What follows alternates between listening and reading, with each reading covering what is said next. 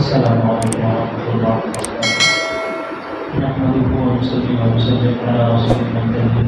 أما بعد فقد قال الله تبارك وتعالى: قل إنما أمرت أن أعبد الله ولا أشرك به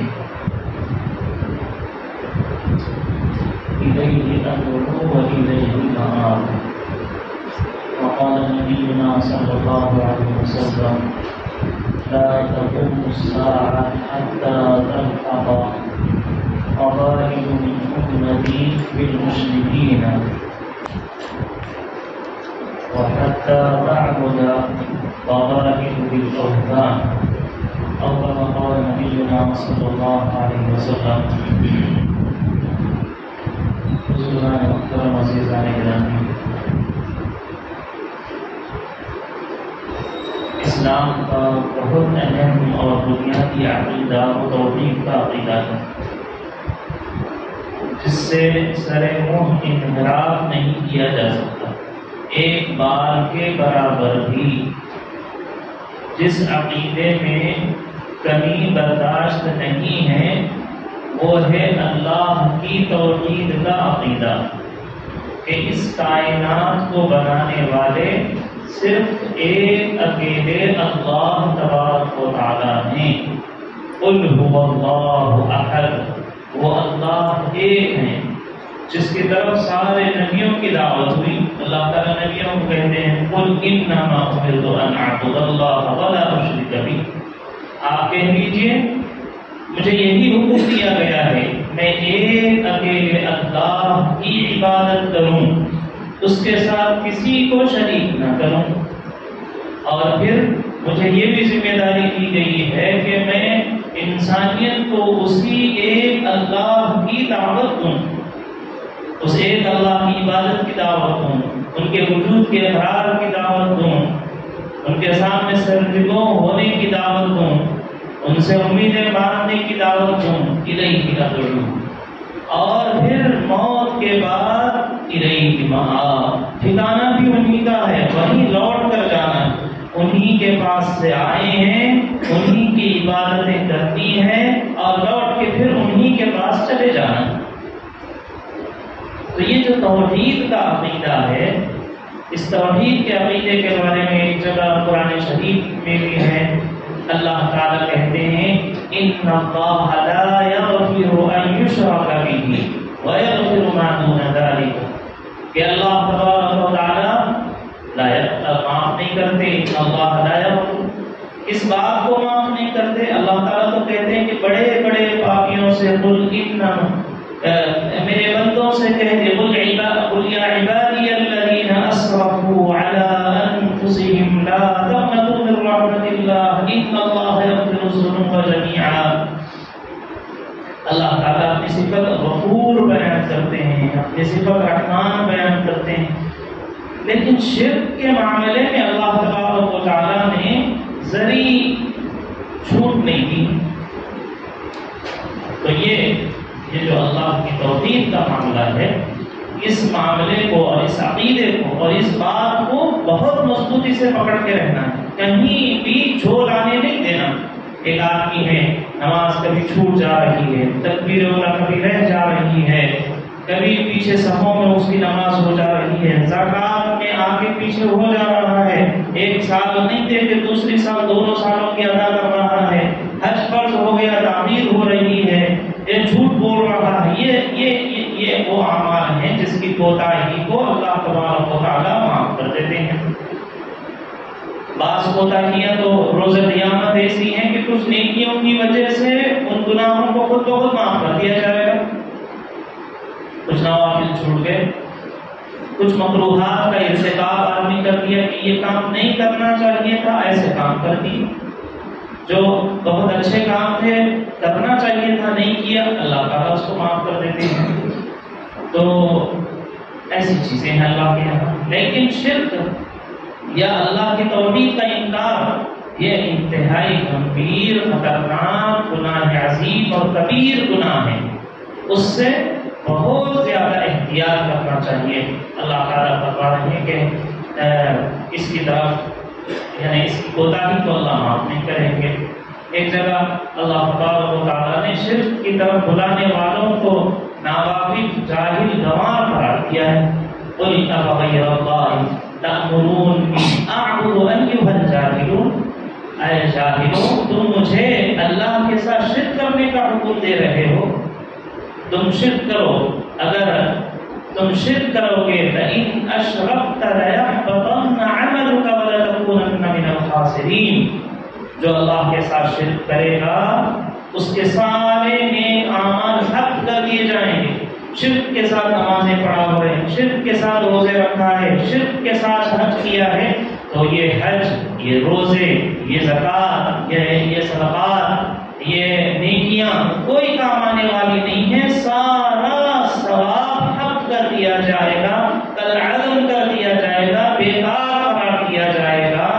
سب چیزوں میں اثر لانے والی چیز وہ اللہ کی توحید ہے. تو ایک مسلمان کو جس عقیدے پر بنیادی طور پر مضبوطی کے ساتھ جمے رہنا ہے وہ اللہ کی توحید کا اقرار ہے. یعنی اس پوری کائنات کو بنانے والے ایک اکیلے اللہ تبارک و تعالیٰ.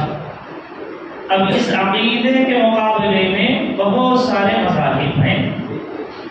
یعنی اس کائنات کو بنانے والے ہم یہ کہتے ہیں کہ اللہ تعالیٰ ہے، تو اس دنیا میں ایسے لوگ بھی ہیں جو یہ کہہ رہے ہیں کہ اللہ تبارک و تعالیٰ نے نہیں، ان کے ساتھ اور 2-3 لوگ شریک ہو گئے. عیسائیوں نے کہا جیسے حضرت عیسیٰ علیہ السلام اللہ کے ساتھ شریک ہیں، حضرت مریم اللہ کے ساتھ شریک ہیں نعوذ باللہ، اور حضرت جبرائیل علیہ السلام اللہ کے ساتھ شریک ہو گئے. یہ 3-4 کو لے کر اللہ تبارک و تعالیٰ نے نعوذ باللہ پوری کائنات بنائی ہے. یہ عقیدہ ہے. ایک عقیدہ یہ ہے یہودیوں کا یا بعض یہودیوں کا کہ اللہ تعالیٰ کے ساتھ حضرت عزیر علیہ السلام جو پیغمبر تھے وہ اللہ کے ساتھ کائنات بنانے میں شریک تھے. یہ سب شرک چیزیں اس طرح کے عقیدے کہ اللہ کے ساتھ یہ بھی شریک تھے. کچھ مذاہب ہیں وہ ہمارے ملک میں ہمارے برادران وطن ہیں، ان لوگوں کا عقیدہ یہ ہے کہ یہ کائنات جو بنائے ہیں وہ ایک اللہ نہیں، ان کے ساتھ بہت ساری چیزیں ہیں. تو وہ جتنے نفع کی چیزیں ہیں دنیا میں، جو چیزیں نفع دے رہی ہیں، مثلا سورج سے ہم کو روشنی مل رہی ہے، تو انہوں نے یہ کہا کہ سورج بھی ایک خدا ہے، اللہ کے ساتھ نعوذ باللہ وہ بھی شریک ہے. چاند سے کچھ فائدے ہو رہے ہیں، درخت سے کچھ فائدے، بسا اوقات تو اگر کچھ نقصان ہو رہا ہے تو اس کو بھی خدا بنا دیا گیا ہے اور اس کو بھی دودھ پلا رہے ہیں کہ یہ بھی ایک سانپ خدا ہے، درخت بھی خدا ہے، آگ بھی خدا ہے.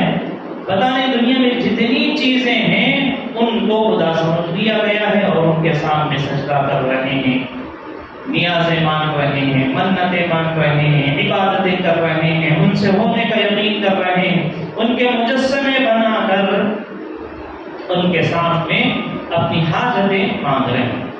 تو یہ سب وہ لوگ ہیں جو مشرک کہلاتے ہیں اور اس طرح کا عمل شرک کہلاتا ہے. حضرت رسول اللہ صلی اللہ علیہ وسلم نے قیامت کے قریب اپنی امت کے بارے میں جن باتوں کا خوف کیا ہے اس میں ایک خوف آپ نے یہ فرمایا کہ میری امت سے بھی جس کو میں نے کھری کھری توحید پر کھڑا کیا تھا، جس کو یہ کہا تھا کہ ایک اکیلے اللہ سے ہونے کا یقین دل میں بٹھا لو، اور وہ ایسے پختہ ہو گئے تھے کہ لاکھوں کا یا ٹھاٹے مارتا سمندر دشمنوں کا دیکھ کر بھی ان کے پیروں کے اندر جنبش نہیں آتی تھی، کسی طرح کی کپکپاہٹ نہیں پیدا ہوتی تھی، دل کانپتا اور خوف زدہ نہیں ہوتا تھا. وہ یہ سمجھتے تھے کہ ان کی کوئی حقیقت نہیں ہے، جیت اور ہار اللہ کی طرف سے ہے، فتح اور شکست یہ اللہ کے ہاتھ میں ہے، عزت ذلت موت حیات سب اللہ کے ہاتھ میں. یہ کیا کر سکتے ہیں؟ ان کے بازوؤں میں کہاں طاقت ہے، ان کے ہتھیاروں میں کہاں اتنی ہمت ہے کہ وہ ہم کو نقصان پہنچا. ایسے پختہ یقین والے صحابہ حضور علیہ السلام نے بنائے امت کو ایسا تیار کیا تھا. لیکن آپ نے فرمایا کہ میری اس امت میں جس کی خمیر میں, جس کی بنیاد میں, جس کے اصل کے اندر توحید کو بسا دیا گیا تھا, آپ نے فرمایا قیامت کے قریب میری امت کے بہت سارے لوگ ہیں جو مشرکین کے ساتھ جا ملیں گے. لا تقوم الساعة حتى تلحق قبائل بالمشرکین. مسلمان ہیں لیکن وہ مشرکین کے کام ان کو اچھے لگیں گے, مشرکین کے ساتھ جا ملیں گے. جیسے وہ بہت سارے خداؤں کا تصور یا جیسے اللہ کی صفات ہیں ویسی صفات اور طاقت والا کسی اور کو سمجھ رہے ہیں جیسے مشرکین, ویسے امت مسلمہ کا ایک طبقہ پیدا ہو جائے گا جو اللہ کے ساتھ ساتھ بہت سارے لوگوں کی شرکت کر لے گا. تو ہمیں چاہیے کہ ہم اپنا جائزہ لیں کہ کہیں ہم تو اس غلطی میں مبتلا نہیں ہو رہے ہیں کہ توحید پر ہم ثابت قدم ہیں یا نہیں. حضرت رسول اللہ صلی اللہ علیہ وسلم نے ہم کو سمجھایا کہ یہ جتنی چیزیں ہیں جس سے نفع نقصان تم دیکھ رہے ہو یہ اللہ کی قدرت کے مظاہر. ساری کائنات کو اللہ تبارک و تعالیٰ نے بنایا, یہ سورج کو اللہ تبارک و تعالیٰ, اللہ کی طاقت کا مظہر ہے, اللہ تک پہنچنے کی ایک نشانی ہے, یہ اللہ نہیں ہے.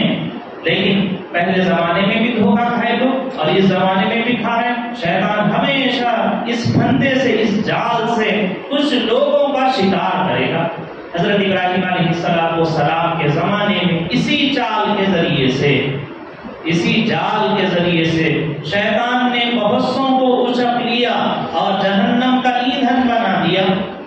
اور اس زمانے میں بھی لوگ تھے جو سورج کی پرستش کیا کرتے تھے اور یہ کہتے تھے کہ یہ تو بہت بڑا خدا ہے, یہ چاند بھی خدا ہے, یہ ستارے بھی خدا ہیں اور یہ سورج تو سب سے بڑا خدا ہے, اسی کی طرف ہم یعنی رخ کرتے ہیں اور اس کی عبادت کرتے ہیں. اس طرح کی بات کہی تھی حضرت ابراہیم علیہ السلام کے زمانے میں. اللہ تبارک و تعالیٰ نے حضرت ابراہیم علیہ السلام کے ذریعے سے بتا دیا اور ان کے ہی زمانے میں اس کا انکار کروا دیا کہ نہیں, یہ اگر خدا ہوتا اور یہ کائنات بنانے والا ہوتا تو اس کے اوپر زوال کیوں آ رہا ہے. عقلی طور پر سمجھایا گیا. لوگ دیکھے کہ سورج کی وجہ سے روشنی مل رہی ہے, جیسے آج بھی یعنی لوگ سمجھ رہے ہیں کہ سورج کی وجہ سے ہم کو انرجی مل رہی ہے, بہت سارے فائدے حاصل ہو رہے ہیں, لہذا اس کو بھی نمسکار کرنا چاہیے, سوریہ نمسکار کرنا چاہیے. یہ جیسے وہ شیطان اس زمانے میں لوگوں کو بہکایا تھا, آج کے مشرکین کو بھی لوگ شیطان بہکا رہا ہے اور اب تعلیم کا ایک جز بنتا چلا جا رہا ہے. ہمیں اس بات کو سمجھنے کی ضرورت ہے کہ کون سے تعلیم گاہوں کا ہم اپنے بچوں کے لیے انتخاب کریں, بلکہ اب تو ہر تعلیم کو زعفرانی رنگ میں رنگ دیا جا رہا ہے. اب یعنی آپ نے بھی اخباروں کے اندر پڑھا ہوگا کہ اسمبلی کے بعد اب روزانہ ہر یعنی اسکول کے اندر اب یوگا ہوگا. یوگا کیا ہے؟ یہ عبادت کا حصہ ہے ان لوگوں کی. بہت سارے مسلمان اس سلسلے میں یہ سمجھتے ہیں کہ وہ ایک ورزش ہے, جیسے اور ورزشیں ہیں.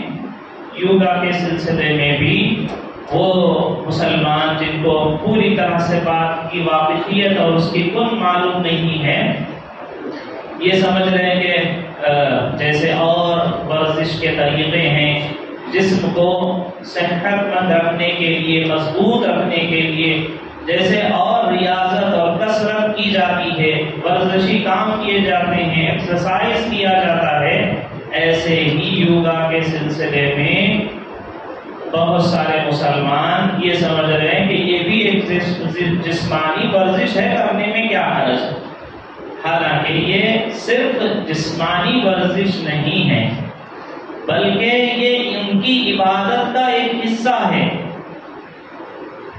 بھگوت گیتا کے اندر اس بات کا یعنی وضاحت کے ساتھ بولا گیا ہے کہ شری کرشنا جی نے ان کے اپنے بھائی ارجن کو یوگا سکھایا تھا اور یہ کہا تھا کہ تم یہ سیکھ لو گے تو اس کے ذریعے سے تم اپنے خدا سے جا مل سکتے ہو، بھگوان سے ملنے کا راستہ یوگا کرنا ہے۔ یہ ان کی عبادت کی کتابوں میں لکھا ہوا ہے۔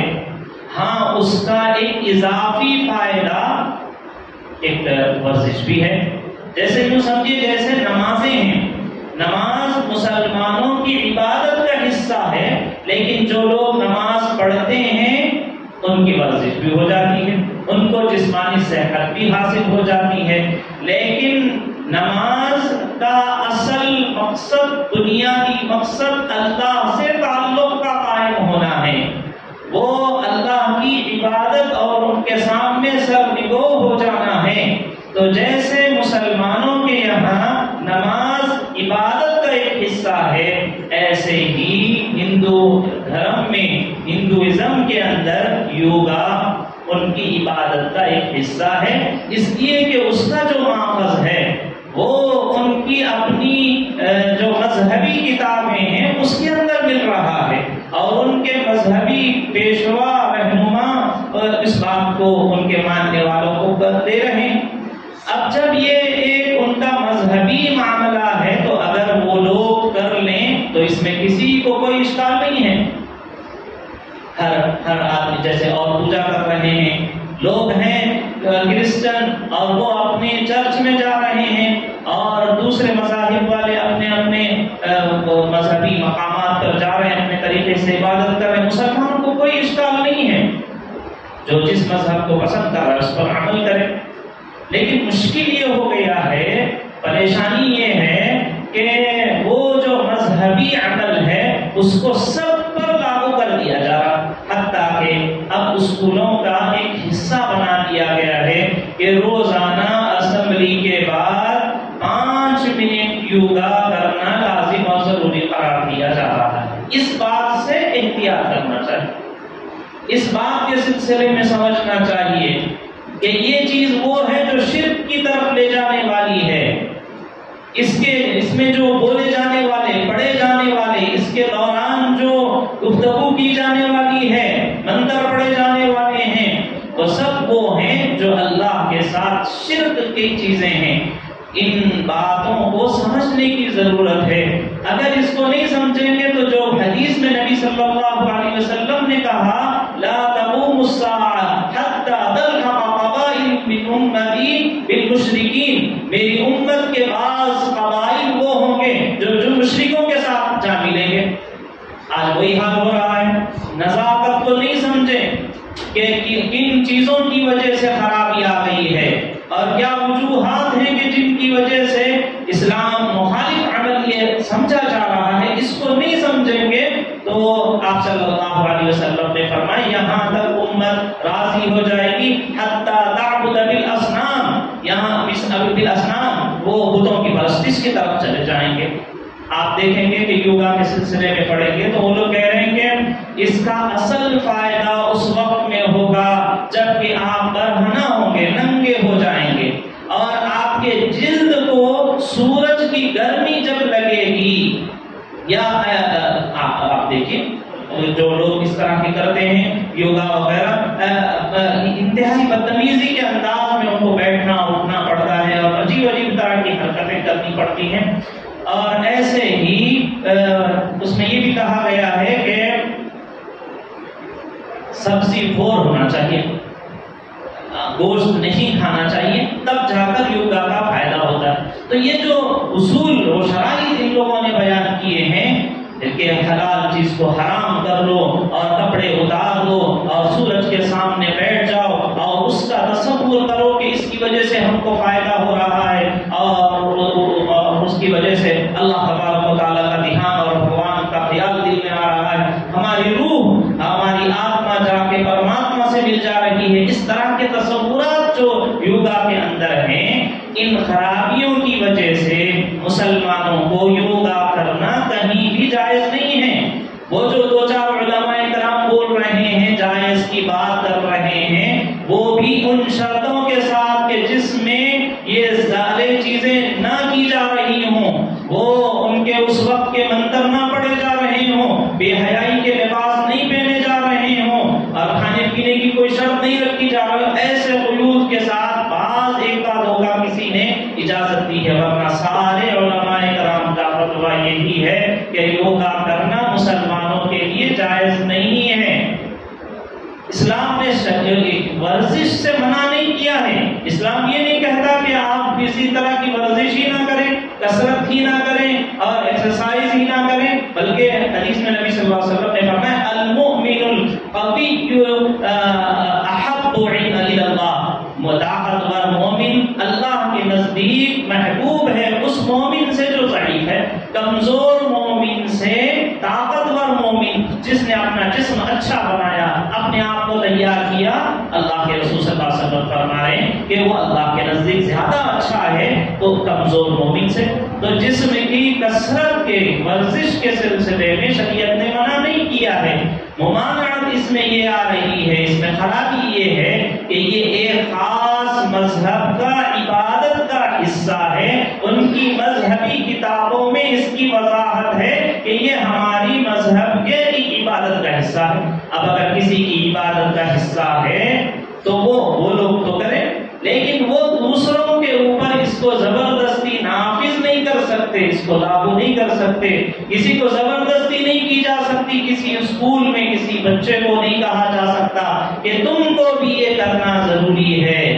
میرے بھائیوں، اس وقت میں اس مضمون کو بیان کرنے کا مقصد بھی یہی ہے کہ آپ اسکولز ری اوپن ہو رہے ہیں، اب ہماری ذمہ داری ہے، ٹیچرز کی ذمہ داری ہے، پیرنٹس کی ذمہ داری ہے، اور خود بچوں کی جو سمجھدار ہیں ان کی ذمہ داری ہے کہ کون سے کام ہیں جو ہم کر سکتے ہیں اور کون سے کام ہیں جو ہم نہیں کر سکتے. یہ حدود اور شرائط اور باؤنڈریز ہر ایک کو خود سے معلوم ہونا چاہیے. ملک کے حالات بدل رہے ہیں، نام کے واسطے صرف سیکولرزم باقی رہ گیا ہے، ورنہ خاص ایک مذہب کا رنگ ہر جگہ چڑھتا چلا جا رہا ہے.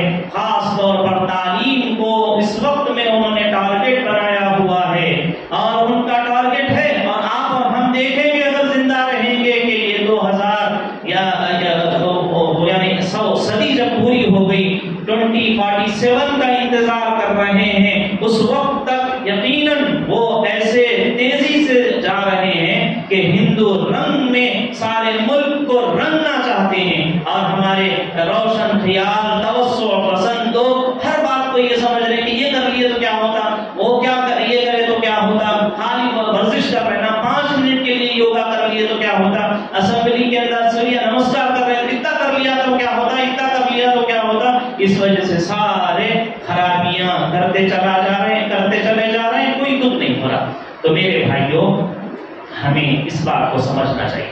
ایک مومن موحد ہوتا ہے، مشرک نہیں ہوتا. ایک مومن کے لیے آپ صلی اللہ علیہ وسلم نے فرمایا ایسا ہے وہ جیسے نکیل ڈالا ہوا ایک اونٹ ہو، اس کی طرح ایک مومن ہوتا ہے. اس کے ہر قدم کے اوپر، اس کی ہر بول کے اوپر پابندی اور اس کے لیے حدود قائم ہوتے ہیں، اسی میں رہتا ہے. تو ہمیں بھی چاہیے کہ اسکولوں کے انتخاب کے سلسلے میں جس چیز کو سب سے پہلے مد نظر رکھنے کی ضرورت ہے وہ یہ کہ کوئی ایسا عمل وہاں نہ ہو رہا ہو جو شرکیہ عمل ہو، کفریہ عمل ہو، ہمارے اسلام اور عقیدے کو خراب کرنے والا ہو. اور اگر مجبوری ہے، کچھ اس کا متبادل نہیں ہے تو کیا کرنا چاہیے. ابھی ایک ہمارے دوست سنا رہے تھے کہ سنگاریڈی میں ہی میتھس کے جتنے ڈسٹرکٹ کے ٹیچرز ہیں، ریاضی کے، میتھس کے، میتھمیٹک کے، تو ان کو ویدک میتھس پڑھانا سکھایا جا رہا تھا. یعنی میتھس سکھایا جا رہا ہے رگ وید کے ذریعے سے. بڑی رگ وید کی کتاب اتنی بڑی سامنے رکھ دی گئی، اور اس کا لیکچرر آ کے بیٹھ گیا اور ٹیچرز کو ٹرین کرنے والا ٹرینر آ کر بیٹھ گیا. تو وہ ٹیچرز لوگ ٹریننگ کے لیے گئے ہوئے تھے اور اس رگ وید کے ذریعے سے ایک مذہبی کتاب کو سامنے رکھ کر میتھس کے سبجیکٹ سکھائے جا رہے ہیں معلمین کو، ٹیچرز کو۔ پھر انہوں نے کہا کہ جتنے وہاں پر آئے تھے سب ٹیچرز نے سب سے پہلے اس میں کیا لکھا ہوا ہے سنسکرت تو کسی کو آتی نہیں، لیکن سب گئے اور اس کو جا کر اس کو چھوا اور آنکھوں سے لگایا اور وہاں پھول رکھے ہوئے تھے اس کتاب کے اوپر وہ ڈال کے آئے اور پھر آ کے اپنی نشست جیسے ہی روم میں انٹر ہو رہے تھے، خواہ وہ کسی بھی کاسٹ کے ہوں، وہ مذہب وہ کاسٹ اور وہ کے مذہب کے ہیں کہ وہ ہندوازم کو نہیں مانتے، لیکن وہ کتاب رکھی ہوئی ہے تو جتنے ٹیچرز آئے سب نے اس کو چھوا اور اس کو آنکھ پر لگایا، پھول رکھے ہوئے تھے کتاب پہ چڑھایا، پھر جا کر بیٹھے۔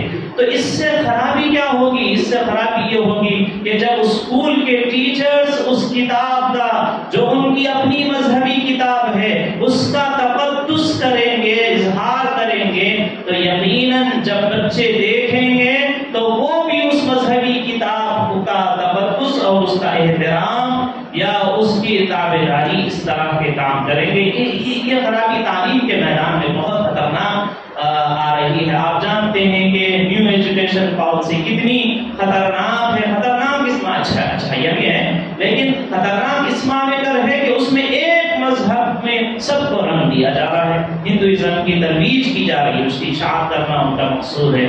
تو میرے بھائیوں، جس بات کی طرف میں آپ کو متوجہ کرنا چاہ رہا ہوں وہ یہ کہ توحید کا عقیدہ ایک مسلمان کے لیے بہت بنیادی عقیدہ ہے، اس میں ایک بال کے برابر بھی آگے پیچھے ہونے کی گنجائش نہیں ہے۔ توحید سے ہٹا کر شرک کی طرف لانے والی چیزوں میں اس وقت میں تعلیم گاہیں بھی شرک کی جگہ بنتی چلے جا رہی ہے۔ اس وجہ سے ہم کو ایز اے پیرنٹ، سرپرست اور بچوں کے ذمہ دار ہونے کے ناطے ان چیزوں کو دیکھنا چاہیے۔ اگر کوئی ٹیچرز ہیں تو کیا حدود ہیں ٹیچر کے کہ وہ کس چیز کو کرنا چاہیے، کس چیز کو نہیں کرنا چاہیے۔ بچے ہیں تو ان کو بھی معلوم کرنے کی ضرورت ہے کہ ایسا انتظامیہ ہے تو اس سے بچنے کے لیے ہمیں کیا کرنا چاہیے۔ یہ اقدام کرنا اور اپنے عقیدے کو اور اپنی ایمان کی حفاظت کرنا۔ اللہ مجھے بھی توفیق عطا فرمائے، آپ کو بھی توفیق عطا فرمائے، آپ کی بھی، آپ کے بچوں کی بھی اللہ حفاظت فرمائے، ہمارے بچوں کی حفاظت فرمائے اور موت تک اللہ توحید کے عقیدے پر ہم سب کو مضبوطی کے ساتھ جمائے رکھے۔ وآخر دعوانا